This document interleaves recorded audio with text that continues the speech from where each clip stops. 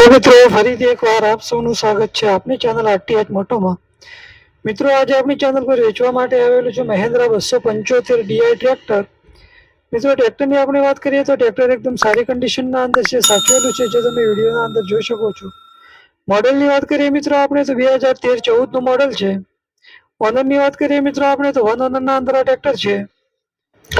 મિત્રો, ટ્રેક્ટરની કિંમતની આપણે વાત કરીએ તો 3,15,000 રૂપિયા ભાઈને કિંમત રાખેલી છે.